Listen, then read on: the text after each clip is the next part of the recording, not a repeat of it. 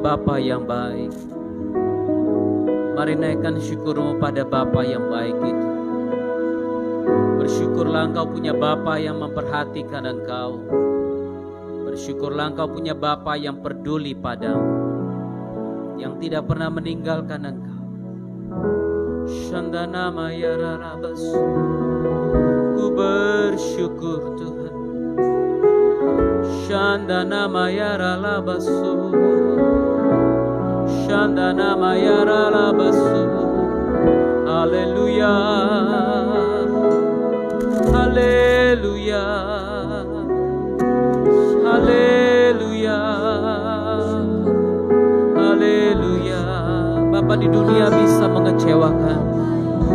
Bapa di dunia bisa membuat engkau sakit, kecewa, terluka.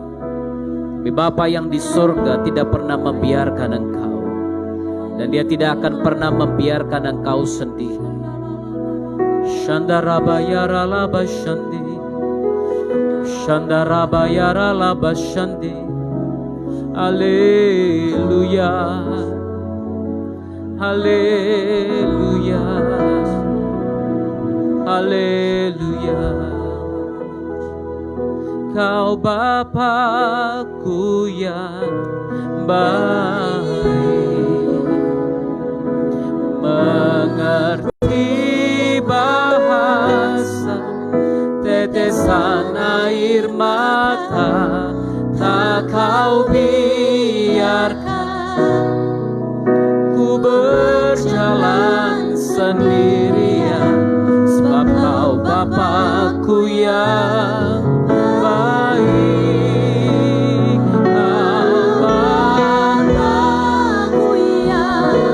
Kau Bapa yang baik, yang mengerti tetesan air mata, yang mengerti setiap pergumulan, yang mengerti setiap masalah yang kau hadapi, dan Dia tidak akan biarkan engkau sendiri. Bapa-Ku yang baik, kau Bapa-Ku yang baik. Engkau bersyukur engkau punya Bapa yang perhatian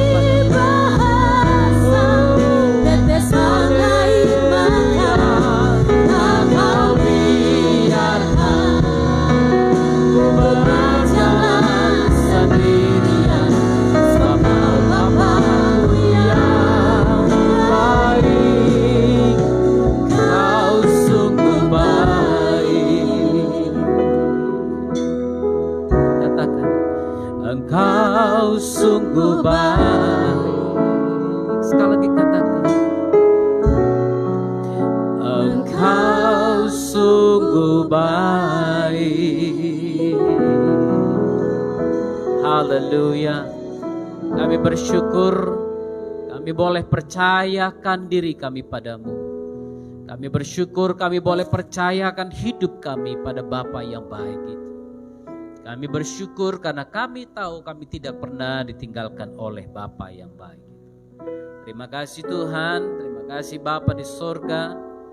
Berbicaralah kepada kami Tuhan, teguhkan dan meteraikan firman-Mu, sehingga kami bukan saja menjadi pendengar-pendengar firman, tapi juga pelaku-pelaku firman, bagi kemuliaan nama Tuhan Yesus Kristus. Urapi hamba-Mu yang tidak ada apa-apanya ini, aku hanya Allah Tuhan yang siap untuk Kau pakai. Berbicaralah kepada kami, teguhkan dan meteraikan firman-Mu dalam setiap hati kami. Terima kasih Bapa. Segala pujian, hormat dan kemuliaan hanya bagi nama Tuhan Yesus Kristus. Tuhan yang kudus, Tuhan yang agung, Tuhan yang mulia itu, yang sudah memanggil kami menjadi umat yang kudus. Terima kasih Bapa.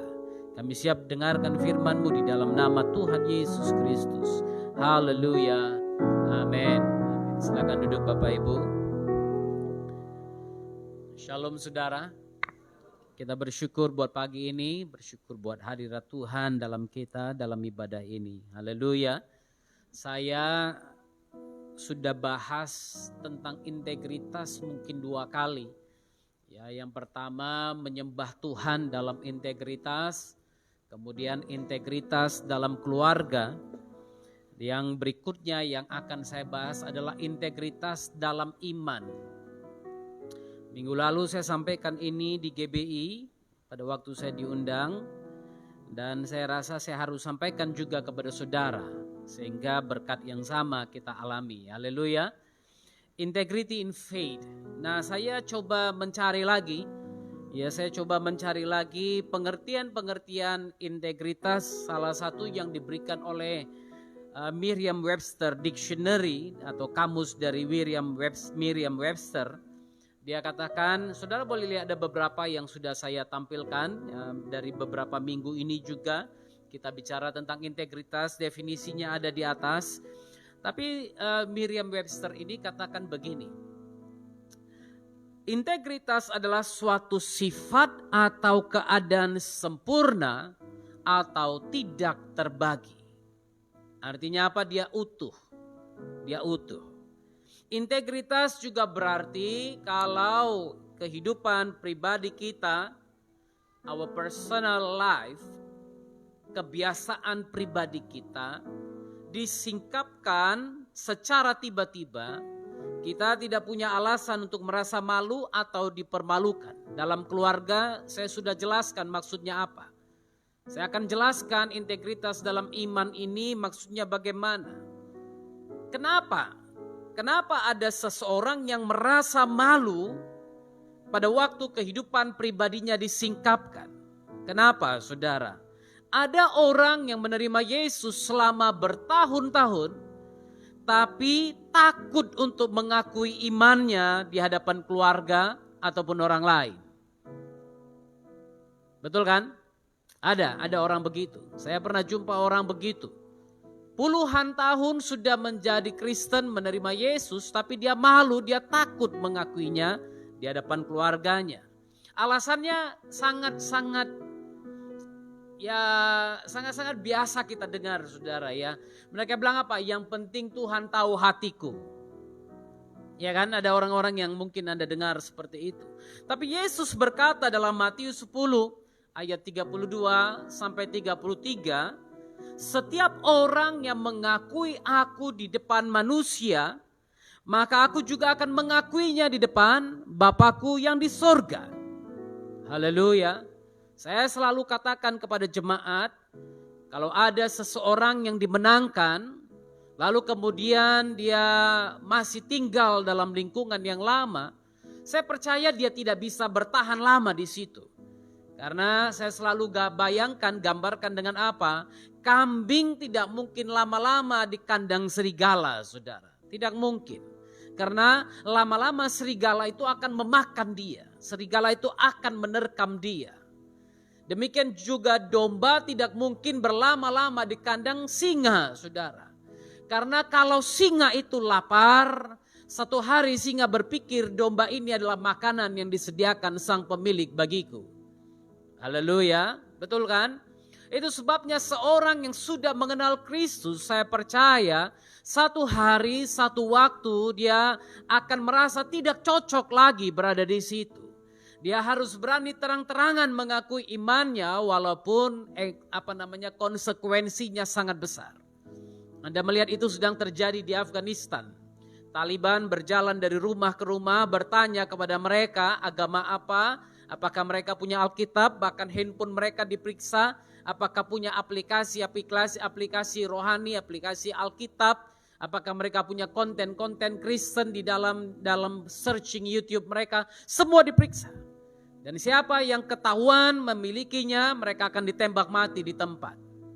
Atau mereka akan dirajam dengan batu, atau mereka akan dibakar hidup-hidup. Ini konsekuensi ikut Yesus memang. Tapi Yesus katakan setiap orang yang mengakui aku di depan manusia, aku juga akan mengakuinya di depan Bapakku yang di sorga. Tetapi barang siapa menyangkal aku di depan manusia, aku juga akan menyangkalnya di depan Bapakku yang di sorga. Karena itu berhati-hati. Seseorang yang mengaku percaya kepada Yesus, dia harus punya integritas dalam hidupnya. Integritas artinya hidup yang terintegrasi. Haleluya. Kelakuannya, sikapnya, perbuatannya, perkataannya terintegrasi. Dia hidup dengan apa yang dia ucapkan. Haleluya. Ini yang saya katakan, saya kutip, saya senang sekali mengutip apa yang Billy Graham katakan tentang integritas itu. Integritas artinya kehidupan luar kita konsisten dengan keyakinan batiniah kita. Artinya apa? Kalau Anda mengaku Kristen, maka kehidupan luar Anda harus menunjukkan kekristenan. Banyak orang salah mengerti ini, saudara. Kadang-kadang kita berpikir, wah, kalau kita sudah jadi Kristen berarti kita ya kan kapan saja bisa datang minta ampun dosa dan sebagainya. Ya kan? Banyak orang berpikir begitu, wah bisa hidup terus dalam dosa. Lalu kemudian nanti kan bisa datang minta ampun nanti malam. Kalau engkau hidup sampai malam. Ya kan? Kalau tiba-tiba Anda pulang ketabrak truk. Ya kan? Ketindas ban. Apalagi? Ada saja masalah yang bisa terjadi. Lalu kemudian Anda langsung menghadap ke sana. Baru berbuat dosa. Saudara perhatikan ini, itulah artinya integritas. Kehidupan luar kita konsisten dengan keyakinan batiniah kita. Sejalan. Dia sejalan. C.S. Lewis kembali katakan apa? Doing the right thing even when no one is watching us. melakukan hal yang benar bahkan ketika tidak seorang pun yang memperhatikan kita. Haleluya. Saya udah bahas ini dari sisi keluarga hari itu, tapi hari ini saya mau bahas dari sisi iman. Apa yang ada dalam handphone Anda? Apa yang ada dalam handphone saudara? Ada orang Kristen, handphonenya penuh dengan apa? Dukun online. Iya, kalau ada halo dok, ada halo pak, halo kun. Dukun online, dia bertanya kepada dukun, besok mau buat ini, mau buat itu gimana, syaratnya apa? Ya kan, atau dia pergi ke tempat-tempat lain, saudara, yang akan bilang besok buat ini, besok buat itu. Oh, besok hari buruk untukmu, ya kan? Kau nggak boleh keluar rumah, nanti kau ditabrak. Dia pun nggak keluar rumah seharian, padahal ada berkat yang akan datang untuk dia. Karena nggak keluar rumah, akhirnya lewatlah berkat itu. Iblis selalu memperkatakan kematian. Iblis selalu memperkatakan maut. Haleluya. Saya pernah cerita kepada saudara bagaimana saya datang ke rumah tante saya. Lalu di situ ada seorang bapak yang pernah mati lalu hidup lagi. Dia mati, lalu kemudian beberapa jam kemudian orang udah nangis-nangis. Dia bangun lagi, saudara. Wah, ceritanya dia jalan di utas tali lah. Pokoknya dia banyak cerita lah, saudara. Lalu di kalangan orang India dipercaya sebagai orang yang bisa melihat nasib. Hari itu saya datang ke rumah tante saya baru masuk, dia bilang begini, sini dulu katanya. Ada apa? Lihat tanganmu. Saya bilang mau lihat apa? Sini lihat tanganmu. Tante saya bilang, kasih. Kalau bapak itu panggil berarti ada sesuatu ini katanya. Saya bilang enggak, saya enggak akan tunjukkan tangan saya. Saya belum pendeta waktu itu, saudara ya, masih kuliah. Saya bilang saya nggak akan tunjukkan tangan saya, bilang dulu ada apa. Kalau hebat berarti nggak perlu lihat tangan, tahu. Ya kan? Dia bilang sini aku lihat tanganmu, saya bilang nggak ada apa. Lalu dia bilang kau datang naik apa? Naik mobil. Ya. Lalu dia bilang gini, 1 minggu ini jangan naik mobil ya. Saya bilang kenapa? Karena kau bisa tabrakan dan mati nanti. Kalau saya dengar dan saya percaya apa yang dia katakan, maka satu minggu ini sambil bawa mobil, saya akan lihat kiri kanan ketakutan dan kemudian mungkin saya ditabrak truk, akhirnya betul-betul mati. Saya bilang kepada dia, Kek, saya milik Yesus. Saya anak Yesus. Kita lihat siapa duluan mati, kakek atau saya. Betul saudara, gak lama 1 tahun, gak sampai 1 tahun dia mati duluan, saya masih hidup sampai hari ini. Haleluya. Jangan pernah letakkan imanmu atas orang lain, atas perkataan orang lain. Kalau Anda lihat itu, Anda pasti akan celaka. Banyak orang yang bilang sama saya, dia tidak mungkin akan bisa berhasil. Dia tidak mungkin akan maju, dia tidak mungkin akan begini, dia tidak mungkin akan begitu. Tapi saya selalu katakan saya jalan bersama Yesus. Dan saya percaya Yesus yang kusembah tidak pernah berubah dulu, sekarang, hari ini, dan sampai selama-lamanya. Kalau dia lakukan itu pada orang lain yang sungguh-sungguh percaya padanya, maka dia juga akan lakukan itu pada saya yang sungguh-sungguh percaya padanya. Haleluya. Kalau dia bisa berkati orang lain yang sungguh-sungguh percaya padanya, dia juga akan bisa memberkati engkau yang sungguh-sungguh percaya kepadanya. Iya kan? Makanya ada lagu kan, tak tersembunyi kuasa Yesus, kalau lain ditolong. Saya juga ada 2 versi ini saudara. Versi pertama, dia cemburu karena orang lain ditolong. Dia ditolong, aku pun pasti ditolong. Dia ditolong karena apa? Karena dia melakukan firman mungkin. Dia taat, dia tunduk pada firman Tuhan. Dia berjalan sesuai dengan firman Tuhan. Dan percayalah kalau dia ditolong Tuhan karena dia menjadi pelaku firman, maka Anda juga, jikalau Anda menjadi pelaku firman, Anda pasti ditolong oleh Tuhan. Haleluya. Intinya hanya satu, saudara, jadi pelaku firman. Jangan putar balik firman untuk diri kita sendiri.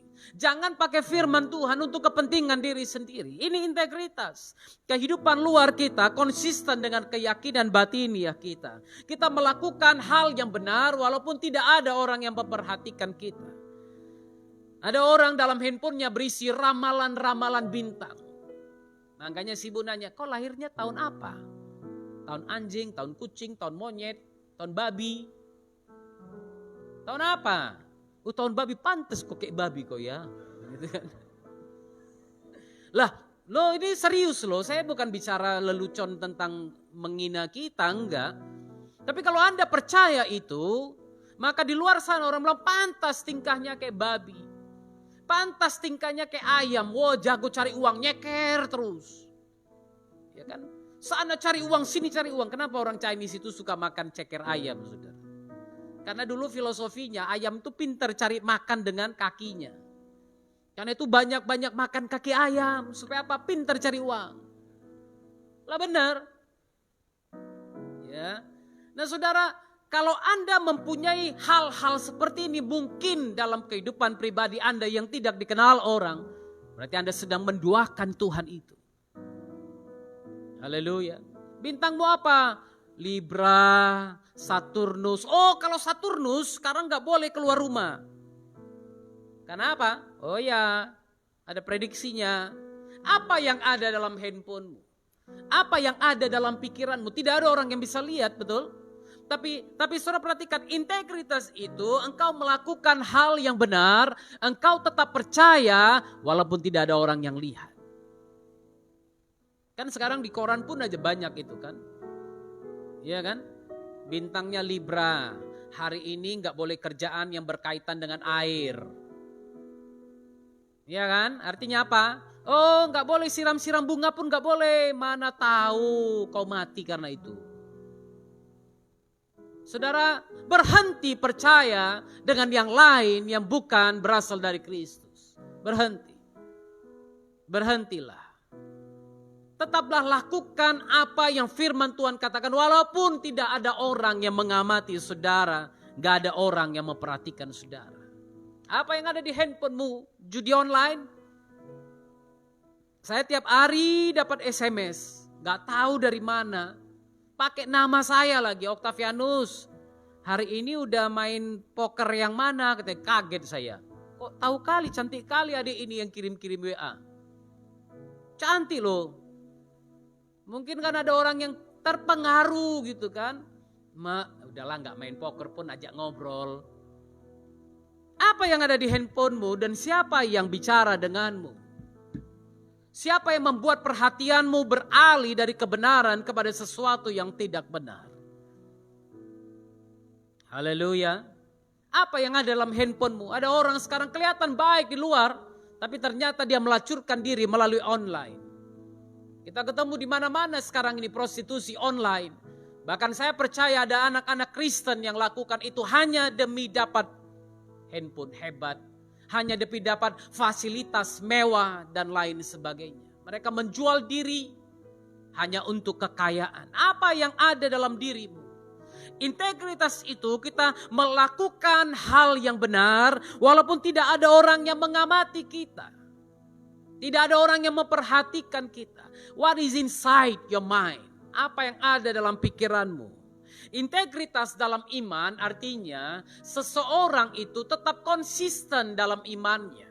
Dia tetap konsisten dalam imannya terhadap apa yang dilakukannya di rumah atau gereja dengan apa yang dilakukannya di luar rumah atau gereja. Beda dikit kan dengan keluarga kan? Ya karena aku yang tulis. Jadi bisa ku gantilah suka-suka kan? Tapi saudara lihat, bedanya dalam keluarga, integritas dalam keluarga, integritas dalam iman, seseorang tetap konsisten dalam iman. Dalam keluarga, dia tetap konsisten dalam kehidupan keluarganya. Hanya seperti itu, simple sebenarnya. Sederhana sebenarnya. Orang itu tetap konsisten dalam imannya.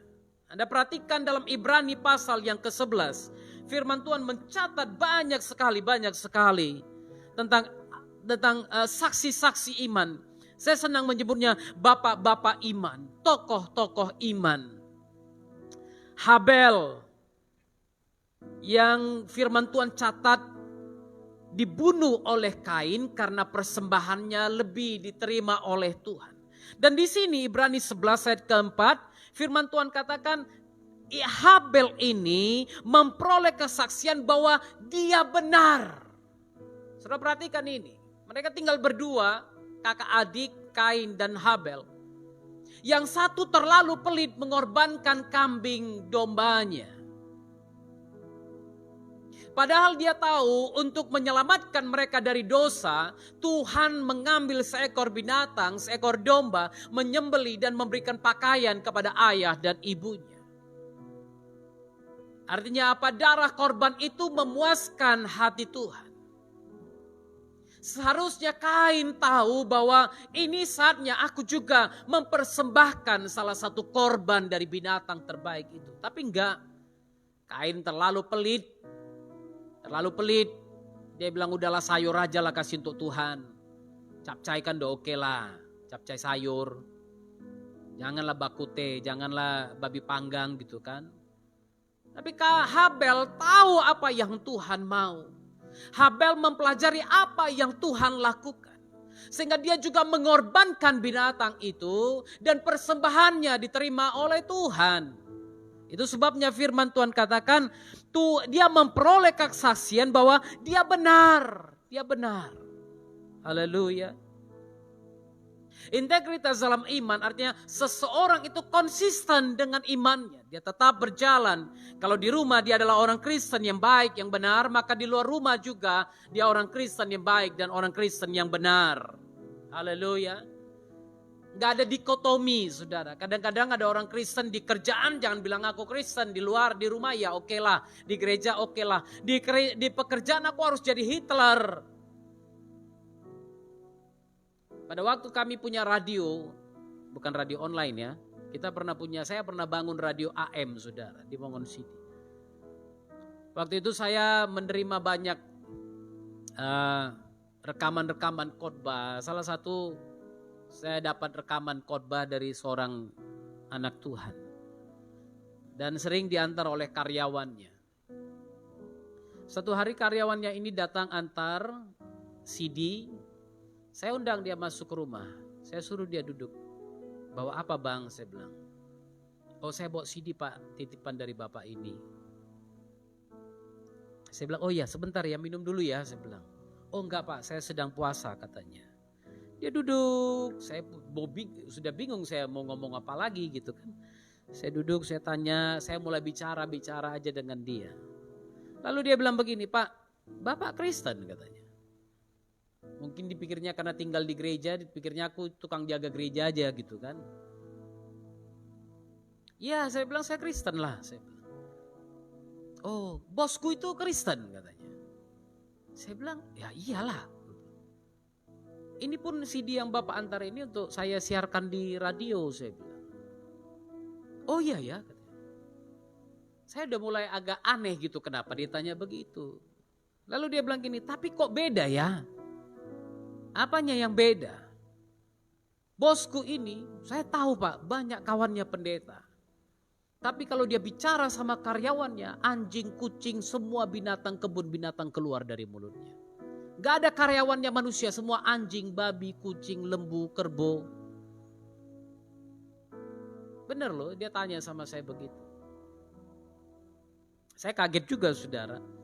Karena ini orang yang kalau memang jumpa baik sekali gitu, luar biasa Kristennya. Integritas itu dia adalah orang Kristen yang baik benar di dalam rumah maupun di luar rumah. Haleluya. Gak ada dikotomi dalam kehidupannya. Gak ada dibagi-bagi, gak dipisah-pisah kehidupannya. Dia adalah seorang pengerja, pelayan gereja yang baik, pelayan gereja yang benar dalam rumah, dalam gereja maupun di luar rumah ataupun di luar gereja. Haleluya. Dia adalah seorang anak yang baik, anak yang benar di dalam rumah, dalam gereja maupun di luar rumah atau di luar gereja.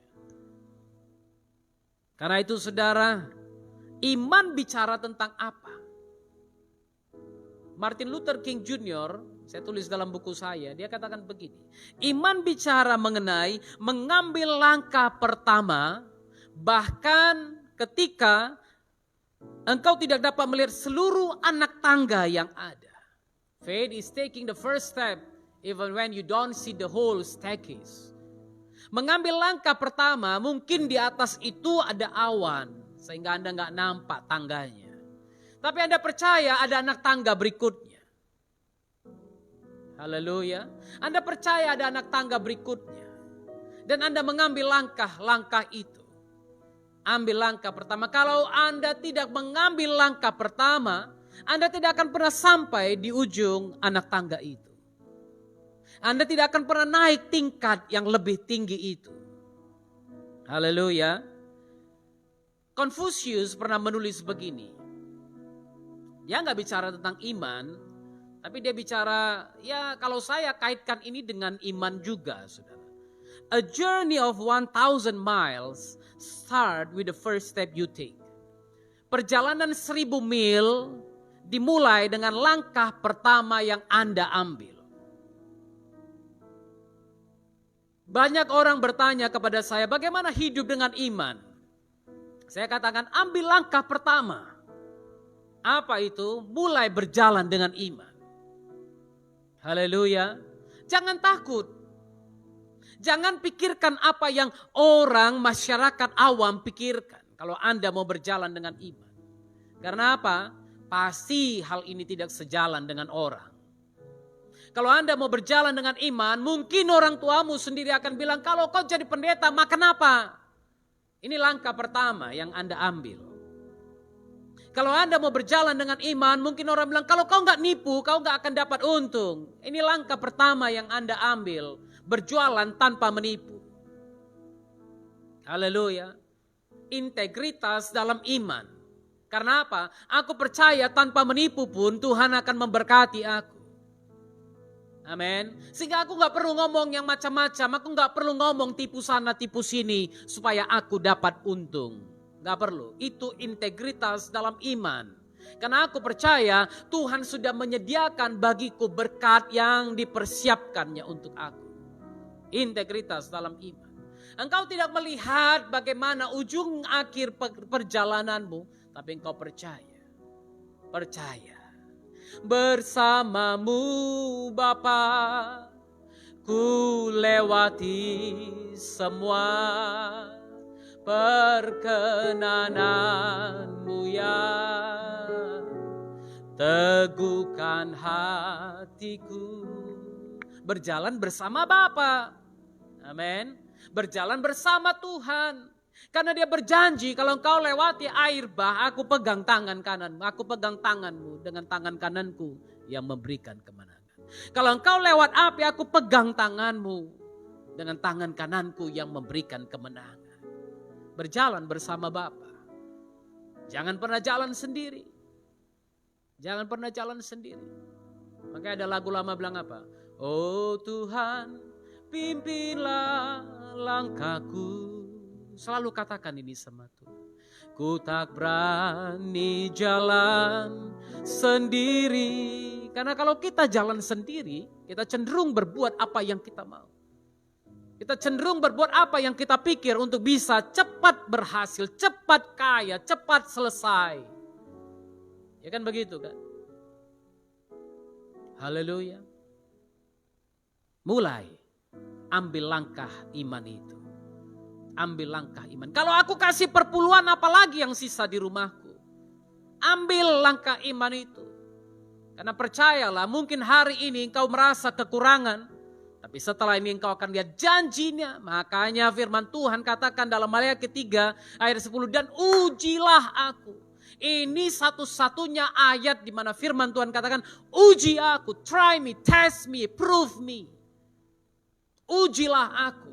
Tidakkah aku membukakan tingkap-tingkap langit kepadamu? Tidakkah aku menghardik belalang pelahap, belalang pengerik dan sakit penyakit daripadamu?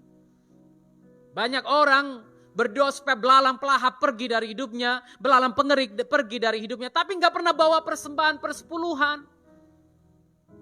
Dan firman Tuhan katakan engkau penipu Kristen.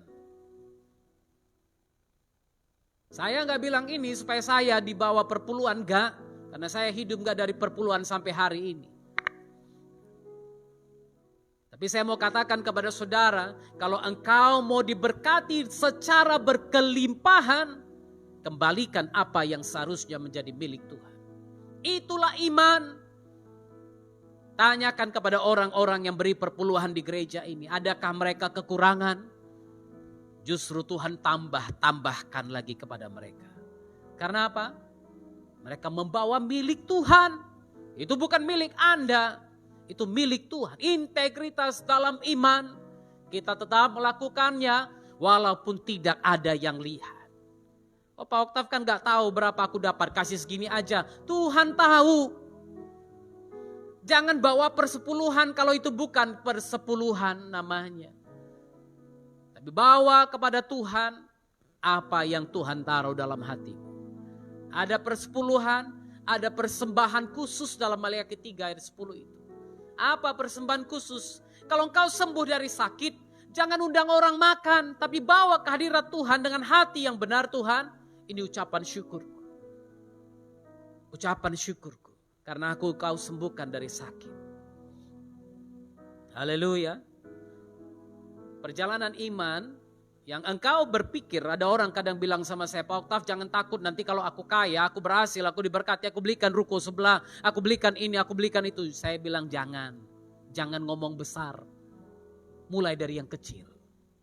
Mulai dari apa yang bisa kau beri. Karena kalau yang kecil kau tidak bisa beri, yang besar jangan harap. Jangan harap. Itu sebabnya saudara, langkah pertama yang kau ambil, walaupun kau tidak lihat anak tangga yang di atas, itulah imanmu. Haleluya. Ada orang yang tanya, usaha apa yang paling bagus dilakukan saat ini? Usaha yang bagus dilakukan adalah usaha yang dimulai. Betul kan? Kalau Anda nggak mulai usaha, nggak akan pernah bagus. Ya kan? Saya senang Ibu Agus.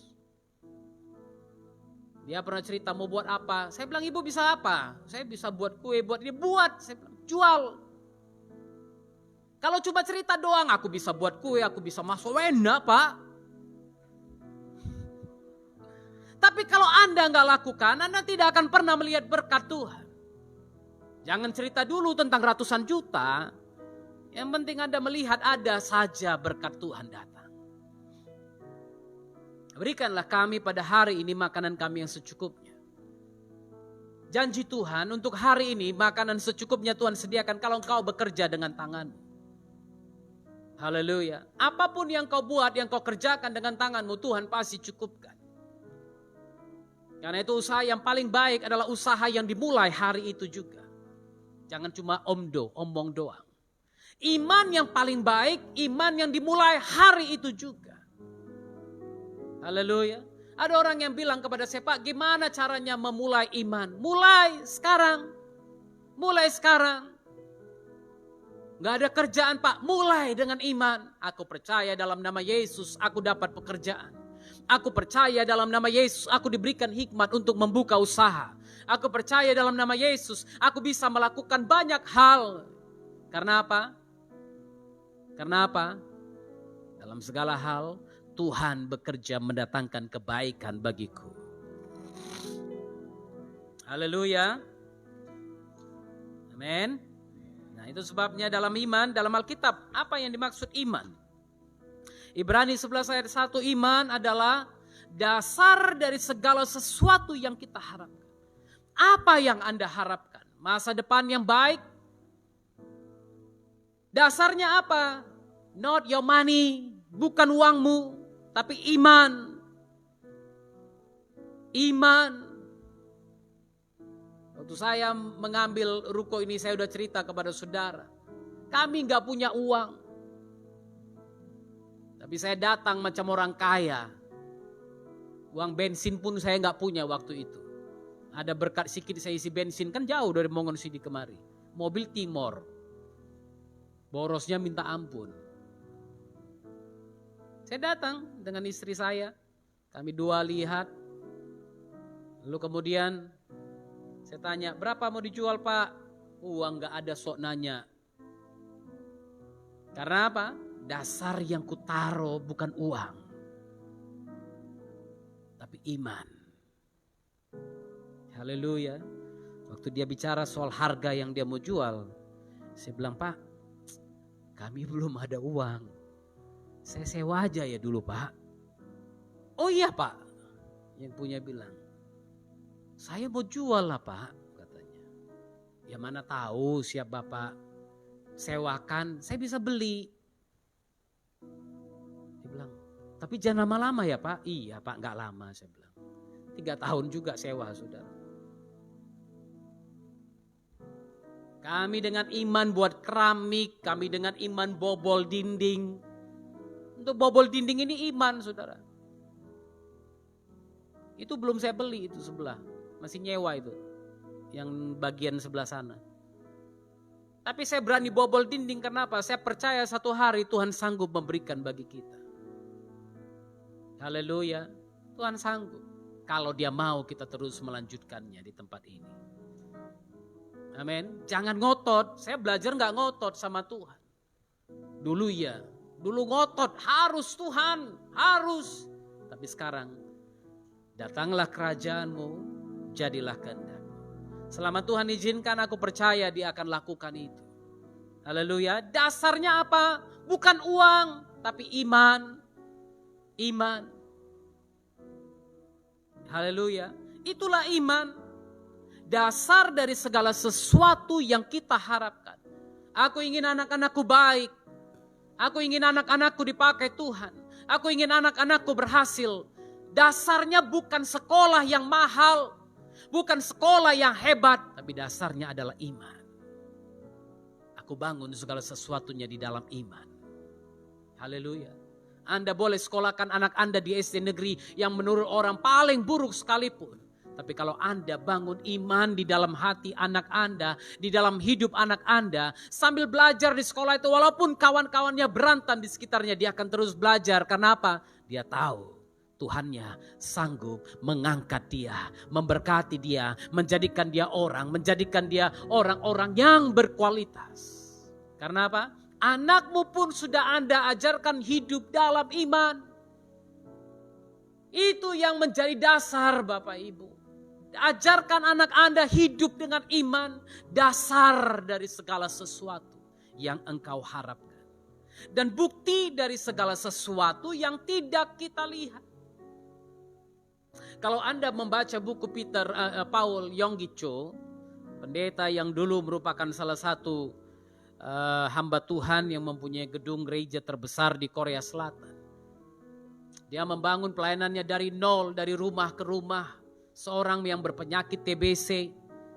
Dan kadang-kadang pada malam hari sewaktu dia melayani TBC-nya kumat. Sambil bengek-bengek dia layani orang. Tapi Tuhan memberkati dia, Tuhan memberkati pelayanannya. Dia berkata satu hari dia kepingin punya mobil. Dan kemudian dia gambarkan mobilnya. Tuhan, aku mau mobil berwarna putih yang seperti ini. Kalau nggak salah dia maunya VW kombi waktu itu. Sehingga aku bisa jemput jemaat Tuhan. Nah harus seperti ini Tuhan, harus seperti ini Tuhan. Dan pada waktu Tuhan memberikannya tepat seperti apa yang dia gambarkan. Bukti dari segala sesuatu yang tidak kelihatan. Belum Anda lihat. Belum Anda lihat. Tapi buktinya ada di sini. Haleluya. Anda gambarkan, Anda bayangkan. Dan Tuhan, engkaulah yang bekerja terhadap apa yang kupercaya ini. Letakkan di kaki Yesus. Letakkan di kaki Yesus. Jangan terlalu berambisi sampai engkau berusaha memiliki semuanya. Saya selalu katakan ambisi akan mengalahkan relasi. Saking berambisi menjadi kaya, banyak suami kehilangan keluarga. Banyak istri kehilangan anak dan suami. Banyak orang tua kehilangan anak dan keluarganya. Karena apa? Ambisi. Mau kaya, semuanya mau diambil. Semuanya dipikirkan akan menjadi milik dia. Semuanya dia pikir dengan gampang dia bisa ambil. Akhirnya apa? Relasi putus. Itu sebabnya bangunlah segala sesuatu di atas dasar iman kita. Haleluya. Iman bukan bicara mengenai hal materi. Bukan, saudara. Anda nggak bisa katakan Anda beriman pada Yesus hari ini. Karena apa? Anda lihat Tuhan sembuhkan Anda. Oh, Tuhan Yesus sembuhkan aku percaya kepada Yesus. Satu hari nanti pada waktu Anda sakit lagi, Anda bisa mencari yang lain lagi yang bisa sembuhkan Anda. Dan Anda bisa tinggalkan Yesus demi kesembuhan itu. Karena itu saya bilang iman bukan bicara tentang hal-hal fisik yang kelihatan. Iman bukan bicara tentang Anda percaya Yesus karena hari ini Anda dapat untung ratusan juta, miliaran. Bukan. Kenapa saudara? Karena biasanya orang yang mendapatkan semua yang dia pikir secara materi, secara fisik, kalau dia udah dapat, dia akan tinggalkan itu pada waktu dia dapat sesuatu yang baru lagi. Itu sebabnya saya bilang iman bukan berbicara tentang hal-hal fisik. Kami sudah masuk melayani di Papua selama 7 tahun. Dan kami dengar banyak cerita-cerita orang juga. Bahkan video-video di mana orang-orang yang dulu dilayani para misionaris. Setiap misionaris datang bawa makanan, bawa minuman, bawa yang lain-lain. Tapi begitu mereka berhenti bawa makanan, bawa minuman, datang lain, orang lain, bawa sabun aja pun mereka balik menerima agama lain. Hanya karena sabun, ada satu kampung yang tinggalkan iman kepada Yesus dan beralih kepada yang lain. Hanya karena sabun. Itu sebabnya saya katakan iman bukan bicara tentang hal materi. Karena kalau hanya berpatokan kepada materi, hari ini Anda dapat satu dari seorang bapak yang kaya, besok dapat sesuatu lebih kaya lagi bapaknya, maka Anda akan tinggalkan bapak yang satu ini. Maka Yesus katakan tentang mamon, berhati-hati dengan roh mamon, ketamakan. Karena apa? Orang tidak bisa mengabdi kepada dua Tuhan. Anda tidak bisa mengabdi kepada setan dan juga mengabdi kepada Tuhan. Gak bisa. Karena kalau Tuhan hari ini menutup sementara supaya engkau bertobat, supaya engkau sadar, iblis buka, Anda bisa tunduk pada iblis. Ya kan? Karena apa? Iblis punya cara untuk memberkati. Jangan pikir cuma Tuhan yang bisa memberkati. Jangan pikir cuma Tuhan, saudara. Ada seorang bapak yang saya kenal di Aceh, penjaga gereja. Umurnya sudah 50 lebih, mungkin hampir 60 tahun. Selama bertahun-tahun dia sangat setia di gereja itu. Tapi sayangnya karena dia penjaga gereja, dia tukang sapu gereja, gak ada yang mau kasih kawin anaknya sama dia. Gak ada cewek yang mau sama dia, karena setiap ditanya kerjanya apa, tukang sapu. Lalu satu hari ada orang yang tahu dia adalah seorang yang patah hati, seorang yang tertolak. Dia ditawarkan seorang gadis muda. Mata terbelalak, hati ternyuh. Kok ada orang begini baik sama aku, mau kasih anaknya sama aku. Lalu dibukakan usaha, diberikan modal, dia pun ganti KTP. Hanya karena apa? Perempuan, harta, kekayaan. Itu sebabnya saya bilang iman bukan bicara tentang materi. Setiap kita akan diperhadapkan dengan ujian iman, a test of faith. Test of faith. Setiap kita. Seorang yang tidak punya integritas dalam imannya pasti akan mengkhianati siapa saja. Pasti. Dia akan hianati istrinya, dia akan hianati suaminya, dia akan hianati orang tuanya, dia akan hianati gerejanya. Dia pasti akan hianati siapa saja. Karena apa? Gak punya integritas iman. Itu sebabnya kenapa dia hianati? Hanya untuk memuaskan nafsunya.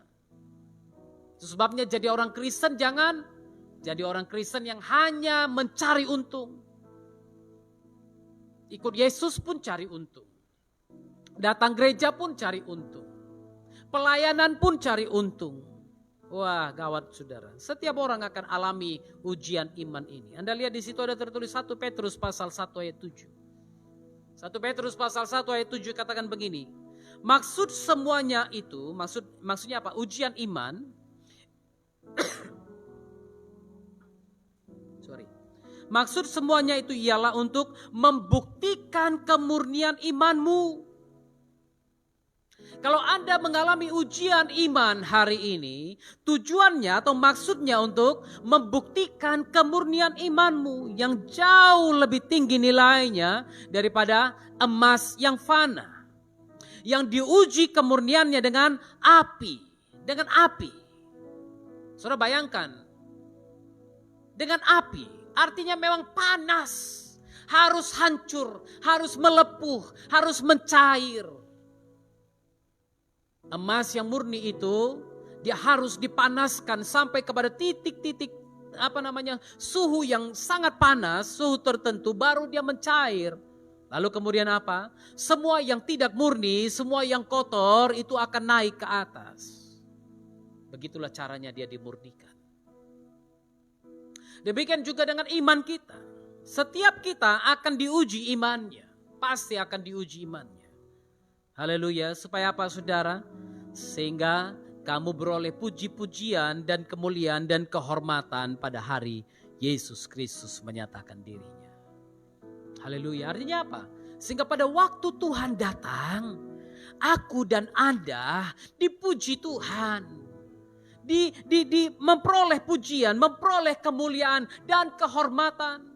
Apakah tidak kehormatan kalau Yesus katakan, welcome, selamat datang, hai hambaku yang baik dan setia, duduklah di sebelah kananku. Bukankah itu satu kehormatan? Kalau Anda menghadiri pesta-pesta biasa saja, tiba-tiba yang punya rumah sambut Anda, Pak jangan duduk di sini, Pak pindah ke sana. Bukankah itu satu kehormatan? Kalau Anda melewati ujian iman ini, itu juga akan membawa Anda kepada satu kemuliaan, puji-pujian dan kehormatan. Dan saya percaya para martir yang hari ini ditumpahkan darahnya di Afghanistan, di Myanmar, di banyak daerah-daerah lainnya. Yang mati karena nama Yesus. Begitu mereka mati, mereka disambut oleh Yesus. Sama seperti Stefanus pada waktu dia mati, Yesus berdiri. Kenapa ada seorang raja berdiri dari singgasananya, dari tempat duduknya menyambut seseorang? Kalau Anda datang, apakah Pak Jokowi kira-kira berdiri? Enggak. Sambil duduk dia bilang, ayo Pak masuk Pak, masuk. Tapi Stefanus pada waktu mati, dia katakan aku melihat Yesus, aku melihat Tuhan berdiri di atas tatanya dan menyambut aku. Karena apa? Saya percaya. Pada waktu batu itu dirajamkan atas Stefanus, seluruh surga menanti. Seluruh surga menunggu. Aku percaya malaikat-malaikat yang ada di samping singgasana surga, mereka melihat, menonton. Mereka melihat, mengamati Stefanus. Akankah dia menyangkal imannya? Akankah dia menyangkal Yesus? Akankah dia mundur? Akankah dia lari? Mereka tunggu. Sehingga mereka berdiri, mereka menyaksikan itu. Dan pada akhirnya Stefanus berseru, Tuhan kepadamu aku serahkan nyawaku. Semua yang ada di surga terpana. Mereka berdiri dan mereka melihat Stefanus datang. Dan Tuhan menyambut dia. Seorang raja berdiri menyambut martirnya. Kalau Anda melewati ujian iman itu, Anda akan beroleh pujian, kemuliaan, kehormatan pada hari Yesus Kristus menyatakan dirinya. Mungkin sementara engkau sakit. Mungkin untuk sementara waktu engkau susah. Mungkin sementara waktu engkau kecewa. Mungkin sementara waktu engkau merasa ditinggalkan. Tapi percayalah, setiap kita harus melewati ujian iman itu. Nuh melewati ujian iman 120 tahun lamanya. Dia melewati ujian cemoohan orang, olok-olok orang. Dia melewati ujian iman itu. Selama 120 tahun saya percaya ada yang bilang, goblok ini kakek tua ini, udah tua gak sadar. Buat bahtera di atas gunung. Sambil lewat orang bilang, oh gak usah lihat dia, gak usah belajar dari dia. Itu manusia yang udah gagal faham itu. Udah lari itu. Setiap kita akan melewati ujian iman. Bayangkan 120 tahun dia ejek orang, dicemooh orang, dihina orang. dia tetap kerjakan. Dia tetap konsisten dalam imannya. Dia tetap percaya bahwa ini perintah Tuhan dan aku harus lakukan. 120 tahun. Abraham mengalami tes integritas, tes iman. Dilewati selama 25 tahun. Dia nantikan anak yang tidak kunjung datang. Bahkan istrinya pun katakan, udahlah. Pakailah, ambillah budak-budakku ini. Berikanlah keturunan padaku melalui mereka. Pada masa itu boleh. Sekarang jangan coba-coba. Ini ujian iman Anda sekarang. Dan akibat keteledoran daripada Sarah, apa yang terjadi? Sampai hari ini, kedua anak itu gontok-gontokan. Betul kan? Ismail dan Ishak sampai hari ini gontok-gontokan. Saya nggak perlu terangkan siapa lagi itu. Anda udah tahu itu. Iya kan? Tapi iman Abraham tidak goyang 25 tahun. 25 tahun loh. Dia percaya dia akan jadi satu bangsa yang besar. Padahal waktu dia mati yang dia lihat cuma satu keturunan yang dijanjikan itu. Tapi Tuhan bilang keturunanmu akan menjadi seperti bintang di langit dan pasir di lautan. Abraham melewati ujian integritas itu sampai dia mati. Dia percaya. Dia percaya. Itu sebabnya dia disebut sebagai sahabat Tuhan. Ibrani pasal 11 menyebut iman Abraham, kenapa dia rela korbankan Ishak? Dia percaya Tuhan sanggup menghidupkan anaknya sekalipun anak itu disembelih. Dia percaya. Anda lihat ujian iman sebagaimana yang dilewati Abraham. Namanya hidup pasti banyak rintangan. Haleluya. Karena kalau banyak rantangan namanya catering. Bukan hidup, saudara. Betul kan? Kalau rantangan di rumah orang banyak berarti dia sedang usaha catering. Namanya hidup pasti banyak tantangan. Karena kalau banyak ketengan itu namanya paket data Telkomsel. Saya lihat di Telkomsel udah ada paket data ketengan, saudara. Semua nabi-nabi, hamba-hamba Tuhan dalam Alkitab melewati ujian integritas. Melewatinya. Yesus melewati ujian integritas. Ada 3 ujian integritas yang dilewati Yesus. Anda tahu itu? Yang pertama, the test of our basic need. Ujian terhadap kebutuhan dasar kita. Yesus diuji dengan makanan loh. Iblis datang setelah dia berpuasa 40 hari 40 malam. Iblis datang kepada dia. Di situ ada batu besar-besar. Iblis bilang, kau kan putranya Yahweh. Kalau engkau putra Yahweh, perhatikan kata-kata iblis ini. Kalau engkau, iblis tidak tahu siapa Yesus pada waktu itu. Perhatikan ini, karena kalau dia tahu, dia akan katakan, engkau kan putra Yahweh. Tapi dia bilang, jikalau engkau benar putra Yahweh. Iblis tidak tahu siapa Anda, bagaimana Anda. Jangan pikir iblis serba tahu, tidak. Dia hanya lihat gelagat-gelagatmu. Dia hanya lihat kira-kira kau lihatnya kemana aja. Matamu hari ini kemana, sedang ibadah lihat kemana. Oh iya abang itu ganteng kali ya. Kalemnya abang itu. Iblis lihat. Iblis lihat matamu kemana. Cewek yang satu itu ayunya. Padahal baru sinaga. Iblis tahu. Tapi dia hanya lihat dari luar. Dia nggak tahu isi dalam hatimu. Dia nggak tahu isi di kepalamu.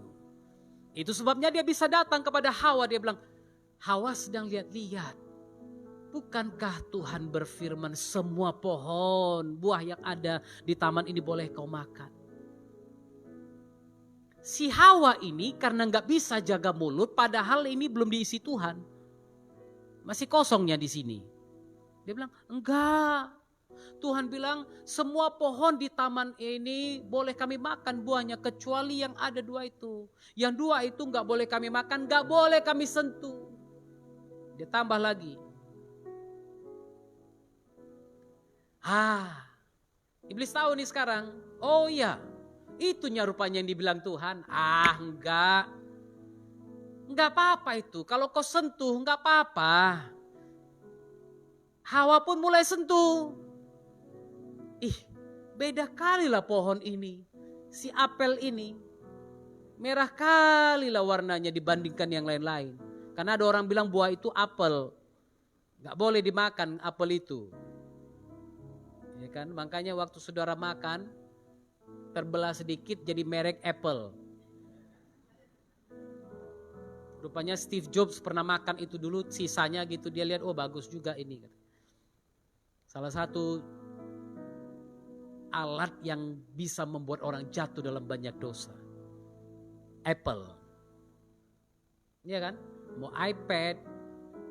Aku lagi pegang iPad 3 minggu merek Apple gak bisa kebuka-buka sampai hari ini. Dan gak ada yang mau bantu. Gak ada yang mau bantu. Ada yang tahu handphone pun ditanya gak mau bilang. Padahal mau kupakainya untuk sound system sebenarnya. Tolonglah nanti ya Pak ya. Sengaja aku bilang dari depan mimbar aja nih. Panik ya.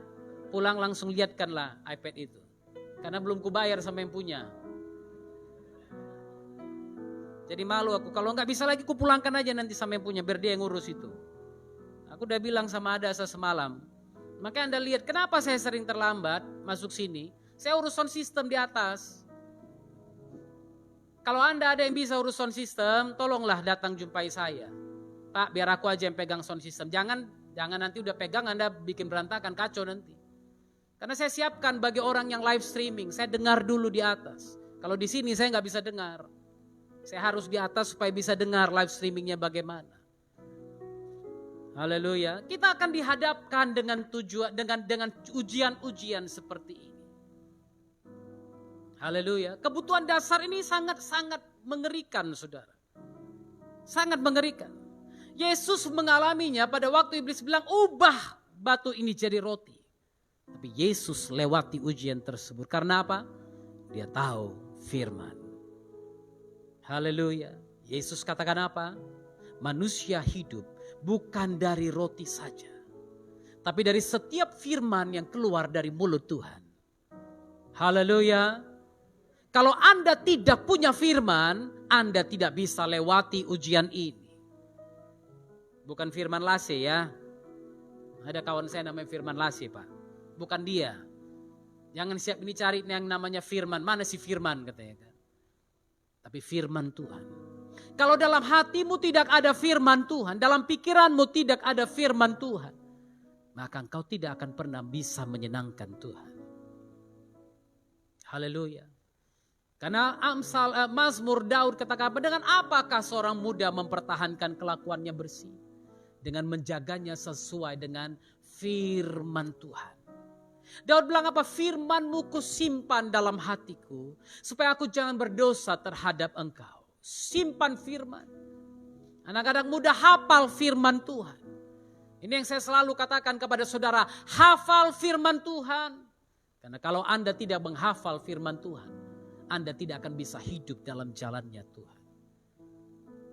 Itu sebabnya anak-anak TK Ben Elim Kids sini saya bilang kepada guru-gurunya, hafalkan firman Tuhan. Dari kecil dia harus hafal firman Tuhan. Supaya apa? Sampai dia dewasa nanti, dia ingat firman Tuhan. Waktu dia mau bunuh diri karena putus asa, dia ingat firman Tuhan. Waktu dia tidak punya harapan, dia ingat firman Tuhan. Waktu dia putus asa, dia putus semangat, dia tidak punya apapun ke tempat bergantung lagi karena apa? Bapak mamanya sudah mati, dia ingat firman Tuhan. Haleluya. Firman-Mu Tuhan, penolong hidupku. Haleluya. Udah cukup itu aja. Karena kita sedang dengar firman Tuhan. Kalau kau lanjutkan nanti, kusiapkan hatiku. Bangun lagi yang tidur saudara. Baru masuk firman katanya kan. Karena tertidur dia dari tadi gak sadar. Kok tidur aku tadi padahal pujian penyembahan. Rupanya baru masuk firman. Katanya bangun, tapi bagus juga lah ya. Kalau keputusan sehari-hari yang Anda buat melulu kepada roti saja, kepada makan, minum, pakaian, kemewahan, dan lain-lain, maka satu hari jangan heran roti akan buat keputusan untuk Anda. Makanan akan buat keputusan untuk Anda. Minuman akan membuat keputusan untuk Anda. Pakaian kemewahan akan membuat keputusan untuk Anda. Maksudnya apa? Kalau tiap hari yang Anda pikirkan duit saja, jangan heran, satu hari duit akan memutuskan apa yang Anda lakukan, apa yang harus Anda lakukan dalam situasi sulit Anda. Curi enggak ya? Curi enggak ya? Curi enggak ya? Kenapa? Selama ini semua keputusan dibuatnya dengan duit. Kalau enggak ada duit enggak bisa. Enggak ada makan enggak bisa. Enggak ada pakaian mewah enggak bisa gereja. Dan satu hari semua kemewahan dunia akan memutuskan setiap keputusan yang Anda buat. Demi uang, Anda rela menjual Yesus. Demi harta, Anda rela meninggalkan Yesus. Demi semua yang lain, Anda rela mengkhianati Dia. Karena apa? Sebelumnya setiap keputusan Anda bangun di atas harta, uang, makanan, pakaian, dan kemewahan itu. Hati-hati. Ujian ini akan datang kepada saudara. Sekarang tanpa vaksin, Anda tidak bisa jual beli.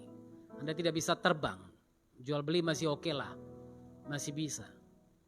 Tapi sebentar lagi, sistem ini akan terbangun terus. Sistem ini akan berubah. Karena sekarang pendataan ini sedang terjadi. Tapi sistem ini akan berubah. Di mana satu hari apa yang firman Tuhan katakan, pada waktu antikristus itu memerintah, maka orang yang tidak mempunyai tanda binatang itu, dia tidak akan bisa berdagang. Dia tidak akan bisa membeli, dia tidak bisa menjual. Demi perut, orang akan menjual imannya. Makanya saya bilang, mulai tanam timun depan rumah, di ember. Mulai tanam cabai depan rumah. Di Jepang orang bisa tanam padi di dalam rumah, di lantai 3, di mana-mana. Belajar bagaimana tanam padi.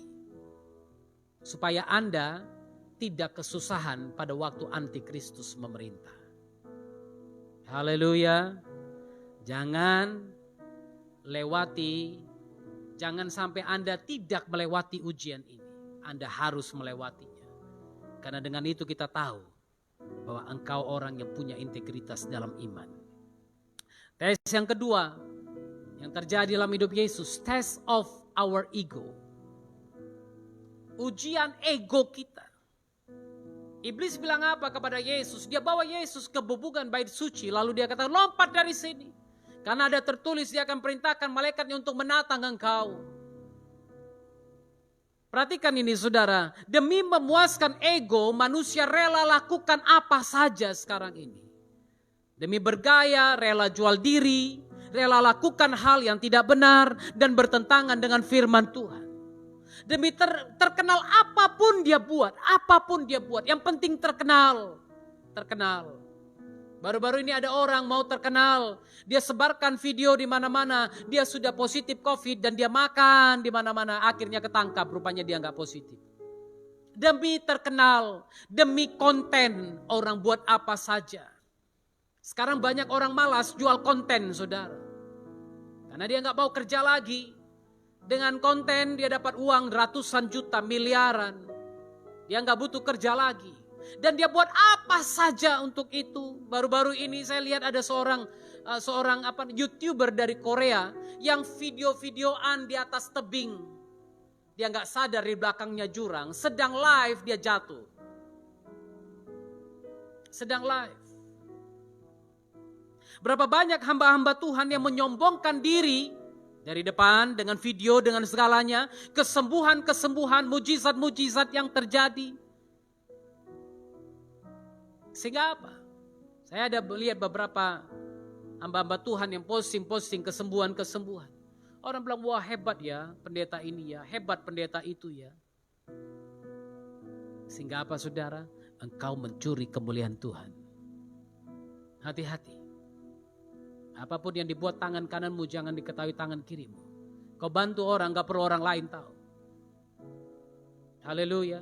Gak perlu masukkan di Facebook, hari ini sudah bantu 20 orang. Hari ini sudah bantu 30 orang. Gak perlu. Biarkan Bapamu yang di sorga yang tahu dan dia memberikan upah itu kepadamu. Haleluya. Tuhan Yesus lolos ujian ini. Dia lulus kan? Dia bilang apa? Jangan mencoba Yahweh Tuhanmu, iblis. Lalu yang ketiga, Yesus diperhadapkan dengan ujian ketergantungan kepada Bapa. The test of our dependency to God. Ujian ketergantungan kepada Tuhan. Iblis katakan apa? Sujudlah menyembah kepada aku, maka semua dunia ini akan kuberikan kepadamu. Wow. Kalau ini jatuh kepada saya aja, gak usah Anda. Saya mungkin akan berpikir, wah, sembah dia, dunia diberikan. Kalau kita nggak lolos ujian ini, maka akhirnya Anda akan sembah setan, bukan sembah Tuhan. Berapa banyak orang naik ke gunung ini, naik ke gunung itu, pergi Gunung Kawi, Gunung Kidul, supaya kaya. Kalau orang-orang tipe ini didatangi iblis, bilang sembahlah aku maka kuberikan, pasti dia akan sembah iblis. Ya kan? Pasti dia akan sembah iblis. Karena apa? Tujuan hidupnya hanya cari duit. Tujuan hidupnya hanya mau kaya, mau sukses, mau terkenal, mau berhasil. Itu sebabnya banyak orang yang rela menjual imannya hanya demi harta, hanya demi yang lain-lain. Ada orang-orang yang rela jadikan istrinya tumbal, anaknya tumbal, anggota keluarganya tumbal bagi iblis. Dan setiap kita akan menghadapi ujian ini. Yesus menaklukkan ujian itu. Dia katakan, enyahlah engkau iblis, sebab hanya kepada Tuhanlah engkau harus menyembah. Haleluya. Saya berdoa agar pada waktu Anda diperhadapkan dengan ujian ini, Anda bisa katakan, enyah engkau iblis, sebab hanya kepada Tuhan sajalah aku mau menyembah. Ketika firman ada dalam dirimu, maka iblis pasti lari darimu. Haleluya. Itu sebabnya Daud katakan apa? Ku renungkan firman-Mu siang dan malam. Ku pegang perintah-Mu dan ku lakukan. Haleluya. Renungkan firman Tuhan. Karena kalau Anda tidak renungkan firman Tuhan, Anda tidak bisa pegang perintahnya. Anda tidak bisa lakukan perintahnya. Tuhan kita adalah Tuhan iman. Tuhan yang merespon kepada iman. Dia berkomunikasi dengan iman kepada kita. Pada waktu Anda beriman, Anda pasti terhubung dengannya. Ibrani 11 ayat 6 ayat terakhir yang saya sampaikan. Tetapi tanpa iman tidak mungkin orang berkenan kepada Tuhan. Sebab barang siapa berpaling kepada Tuhan, dia harus percaya bahwa Tuhan ada. Dan bahwa Tuhan memberi upah kepada orang-orang yang sungguh-sungguh mencari dia.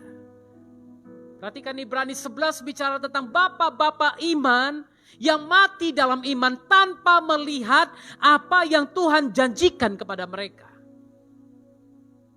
Tadi saya bicara tentang Nuh. Saya bicara tentang Abraham. Abraham belum lihat keturunan seperti bintang di langit dan pasir lautan. Tapi dia percaya.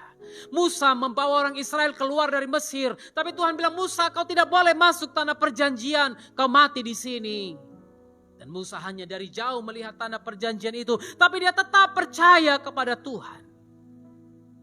Ibrani 11 ayat yang ketiga. Dalam iman mereka semua ini mati sebagai orang yang tidak memperoleh apa yang dijanjikan kepada mereka. Ibrani 11 ayat 3 ndo. Piye to ndo? Wis mangan to. Ini dia ndo. Karena iman kita 13 ndo. Ibrani 11 ayat 13. Biar semua lihat. Dalam iman mereka semua ini telah mati sebagai orang-orang yang tidak memperoleh apa yang dijanjikan itu. Wow. Kalau Anda lah orang-orang yang beriman kepada Tuhan, tapi tiba-tiba Anda nggak memperoleh apa yang dijanjikan, gimana? Anda bisa demon dengan Tuhan. Iya kan? Anda mau demon dengan Tuhan mungkin. Anda protes dengan Tuhan. Kau berjanji tapi kau yang mengingkari. Saudaraku, berimanlah tanpa harapkan apa-apa. Karena Yesus berkata dalam Yohanes 20:29, tadi saya udah bilang terakhir ya. Inilah yang terakhir betul-betul. Yesus berkata Yohanes 20:29. Karena engkau telah melihat aku, dia bilang kepada Thomas, maka engkau percaya. Berbahagialah mereka yang tidak melihat, namun percaya. Yohanes 20:29. Berbahagialah mereka yang tidak melihat, tapi percaya. Haleluya. Mungkin Anda belum lihat. Mungkin Anda belum melihat dia. Karena kita akan melihat dia nanti. Tapi percayalah. Percayalah. Dia ada. Dia dengar doamu. Dia perhatikan engkau. Aku mengasihi Engkau Yesus dengan segenap hatiku. Aku mengasihi Engkau Tuhan dengan segenap jiwaku.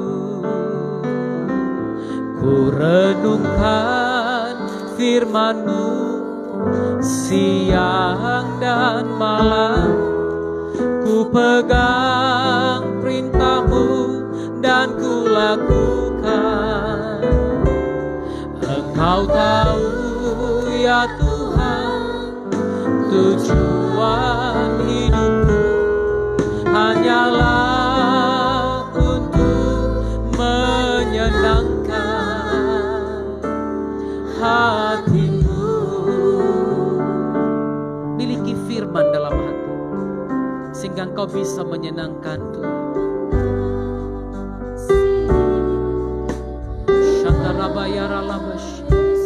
Kalau engkau katakan kau mengasihi Yesus, artinya engkau orang-orang yang mau merenungkan firman itu siang dan malam. Engkau adalah orang-orang yang mau melakukan perintah dalam hidup.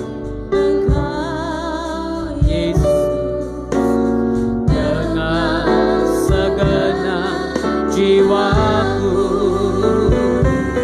ku renungkan firman-Mu siang dan malam. Ku pegang perintah-Mu dan ku lakukan. Engkau tahu ya Tuhan, tujuan hidupku hanyalah menyenangkan hati-Mu. Ku renungkan firman-Mu siang dan malam. Ku pegang perintah-Mu dan ku lakukan. Engkau tahu ya Tuhan, tujuan hidupku hanyalah untuk menyenangkan hati-Mu. Hanyalah untuk menyenangkan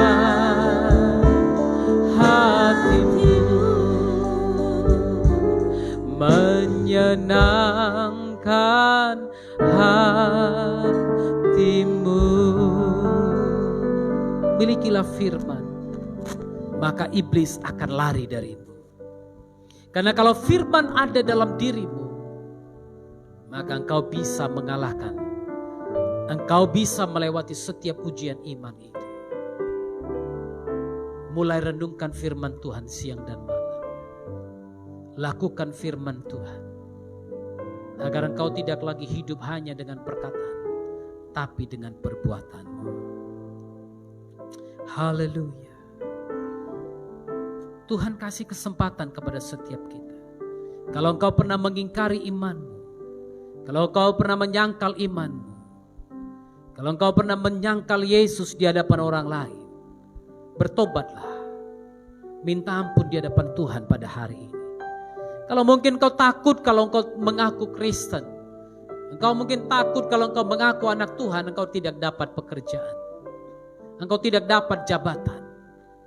Minta ampun di hadapan Tuhan dan buat pengakuan di hadapan orang lain. Nyatakan imanmu kepada orang lain bahwa Yesus adalah Tuhan dan engkau percaya kepadanya. Engkau tidak akan mengkhianati Dia dan engkau tidak akan menyangkal imanmu.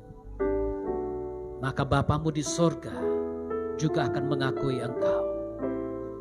Engkau tidak akan disangkal, tapi engkau akan disambut sebagai anaknya. Percayalah, Dia berjanji, maka Dia tidak akan mengingkari. Kalau setiap anak yang bertobat datang kepadanya, Bapa akan menyambut engkau, memeluk engkau, mengenakan jubah yang baru bagimu, memberikan cincin yang baru dan kasut yang baru bagimu, sehingga engkau diterima dalam rumah itu lagi. Minta ampun dan buat pengakuan di hadapan Tuhan, di hadapan manusia juga, bahwa engkau mengasihi Yesus dengan segenap hatimu dan engkau tidak akan menyangkal Dia di hadapan manusia lagi. Ku renungkan firman-Mu siang dan malam,